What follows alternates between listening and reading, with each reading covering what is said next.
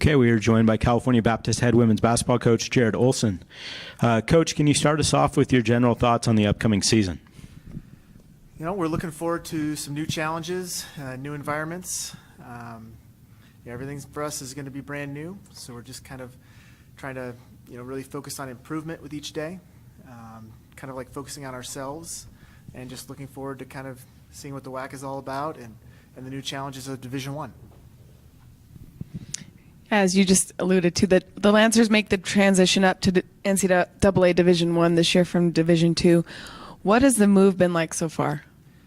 It's been fast. It seems like a lot of things are happening a little bit quicker than they have in the past, but we're pretty excited about it. The players are looking forward to the new challenge. As coaches, we're pretty excited about just kind of seeing, what it's going to be like. We're ready for it, and as much as we can be without having experienced it, and we're going to be ready to compete, and we're looking forward to it. CBU had a record of 93-13 in 5 years as a Division II member after being an NAIA program. What do you attribute that success to, and how can you use that in the transition to Division I? We had a lot of really good players, which really helped. We've been pretty good in Division II.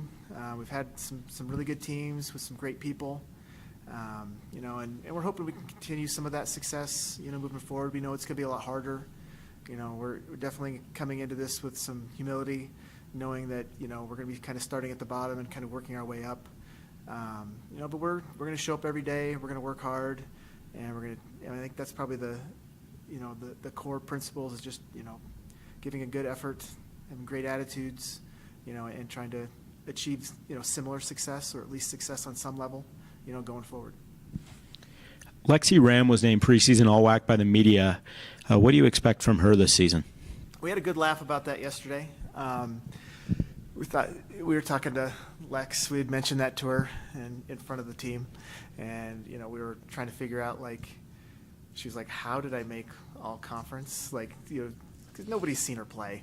And I think so we thought that was kind of interesting. Lexi's a good player. We hope she has a great year. And I think that kind of speaks to the humbleness that she has. But we're hoping that she can do really well this year. And she had a pretty decent year last year. 2 years ago, she played on a team that made it to the Division II Final Four. So she's had some really good experiences, and hopefully she can kind of carry that forward. Which newcomers do you think will make the most immediate impact? Well, we have a lot. We have 8 of them that are new. I think it's always kind of hard to say, which new players are going to really be there at this time of year. We have 3 junior college transfers that, Tiana Fu, she's from College of Southern Idaho. Brittany Thomas and DeLacy Brown from Mount San Jacinto. So hopefully those guys with experience can be pretty big contributors for us. We also have 5 freshmen.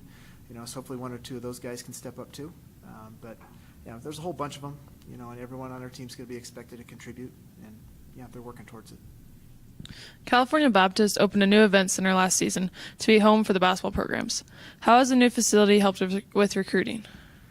I mean, obviously it helps a little bit, being such a nice facility. We're very thankful for it and, appreciate it every day. We walk into my office, just walking into the gym for practice. It's pretty great. It's Division I though. I mean, everybody has a great facility. You're competing against the best of the best. So I think it definitely gives us a chance, and we're definitely thankful for that. The Lancers won't be eligible for either the WAC or NCAA Tournament until the 2022-23 season. Is there any difficulty building motivation knowing you won't get to play for a trip to the national tournament in March? I mean, we've just constantly, since I've been there, just stressed and just taking it one day at a time, focusing on improvement. We have some goals that we set every year. Obviously, one of them will not be making the NCAA tournament or, winning the conference tournament because we just won't be there. But there's a lot of other things we can play for, in terms of just like the regular season is going to be really a big challenge for us in the WAC. There's a lot of great teams there, and there's some other postseason opportunities that hopefully will be available at some point, in that 4-year stretch, WNIT, WBI, those kind of things that we're kind of looking forward to. We'll just hopefully we're good enough that at the end of the 4 years that the NCAA is something that's realistic for us. But that's a long ways away. and we have a lot of work to do to get to that point. This question comes from Twitter user Elliot J. Marr. What is your team hashtag or motto, and what does it mean? I have no idea. I honestly have no idea. Do you know? Lance up, we could say. Can Sorry, you- Elliot. Can you tell us a bit about your coaching staff? I'd say it's pretty straightforward.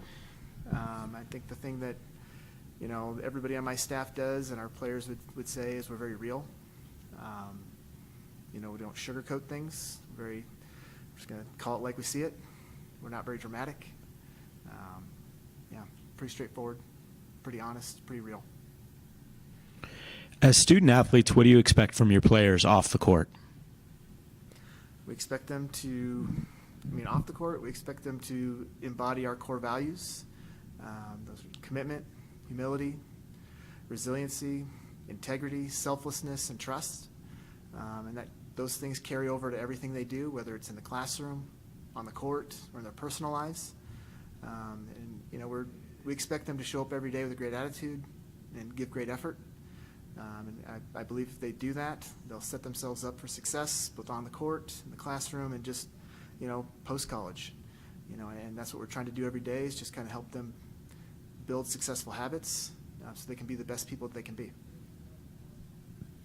What do you think is your biggest challenge this year? I think the biggest challenge for us is just the unknown. There's just so much that's new that it's hard to prepare for. And so, you know, that's like I said earlier, we're just trying to focus on ourselves and be the best team we can be. We can't even compare ourselves to another team in the conference right now. Grand Canyon was the only team we've even competed against. That was 5 years ago. They don't have any of the same players, don't have any of the same coaches, you know, so I think just the newness of everything will be the hardest thing for us. What can you learn from looking back at GCU's transition and the success that they were able to have? What can you learn from that as you make the transition? I think every situation is going to be a little bit different. You know, we've tried to kind of like follow that a little bit. They started off really, really good. Obviously, they had a coaching change in there, which, you know, we would try to avoid. You know, but I think there's a lot of good models out there, and we've been trying to do a lot of research on, you know, like teams at kind of the mid-major level and what's made them successful in women's basketball. You know, GCU does a great job of a lot of things off the court that, I really don't control. And thankfully, you know, we have a really good marketing department at CBU and, you know, great support. So we lean on them pretty heavily for those things. But, you know, on the court, I think we're just trying to focus on CBU and do the best that CBU can do. Okay, thank you for joining us today. All right, thanks.